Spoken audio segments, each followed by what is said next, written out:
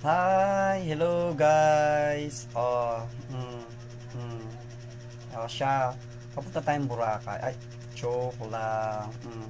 Eto meron naman akong isang ipagbabawal sa inyo.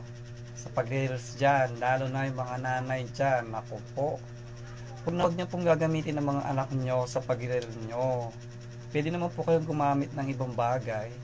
Alam na niyo naman po na bawal po ang gamitin natin sa ganyan mga videos ang underage. Di po ba nakalagay sa restriction ni Meta, Lolo Meta, na underage 18 ay hindi po pwedeng gawin or kasangkapan sa pag gagawin video natin, ha?